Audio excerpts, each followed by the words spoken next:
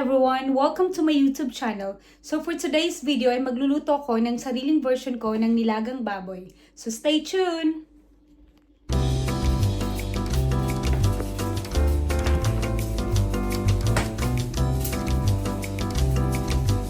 Ito na yung ingredients ko guys. Meron akong pork, patatas, green beans, pak choy, corn, sili, bawang at sibuyas. At meron din akong patis at pepper and salt para sa pampalasa. Normally, pag nagluluto ako ng nilagang baboy, ay ginigisa ko muna yung baboy. Para matanggal yung kanyang lansa. Ito palang niluluto kong baboy guys, ay mga 800 grams lang to. Sakto lang sa aming dalawa.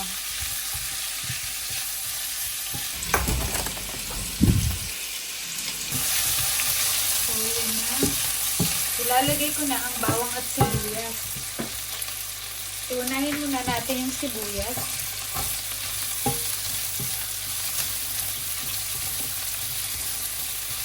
Natabi ko muna yung mga pork.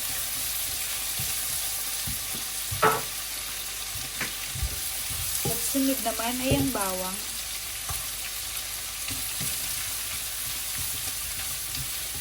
Mix na natin siya sa pork. Hindi naman ay maglalagay na ako ng pepper and salt. Ito yung salt natin. Pantimpla. Hindi tayo gagamit ng mga magic sarap. Salt na Himalayan. Kaya ang patis.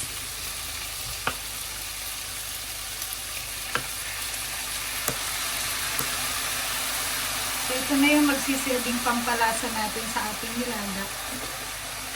I-mix ko lang siya. Ay, takpan muna natin. After 5 minutes, tignan na natin. So, yan. Medyo nanuot na ang ilagay nating pantimpla. So, i-mix ko lang siya ulit bago natin lagyan ng tubig.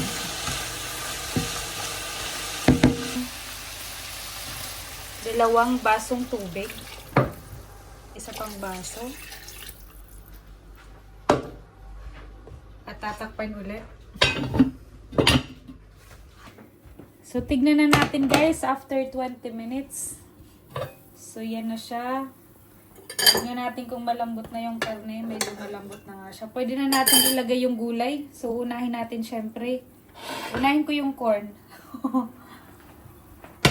So, unahin ko na yung corn paglagay. Tapos, sunod ay patatas.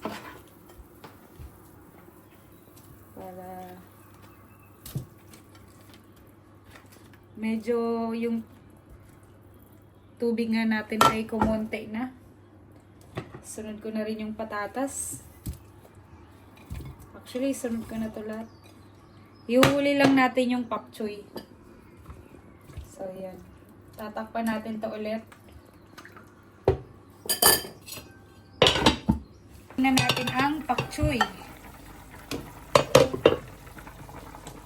Hindi ko na to kinat kasi gusto ko ng ganito lang siya. Yung buo, yung stem niya tsaka sa dahon.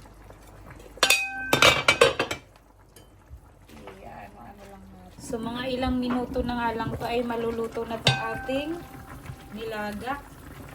Ayan.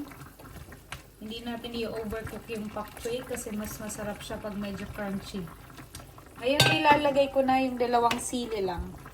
So, maglalagay ako ng dalawang sili para medyo may anghang naman tong ating nilaga. Yan. Yan, luto na siya guys. Ito na siya yung nilagang baboy.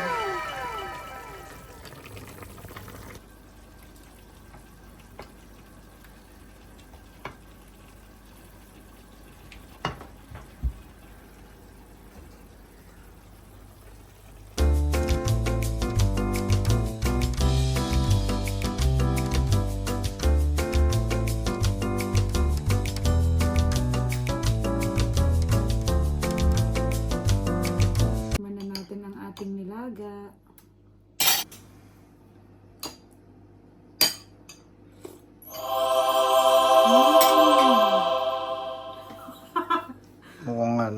Alien.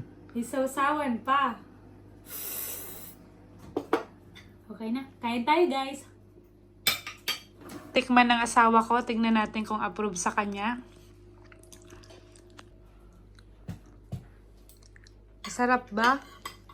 Masarap, masarap.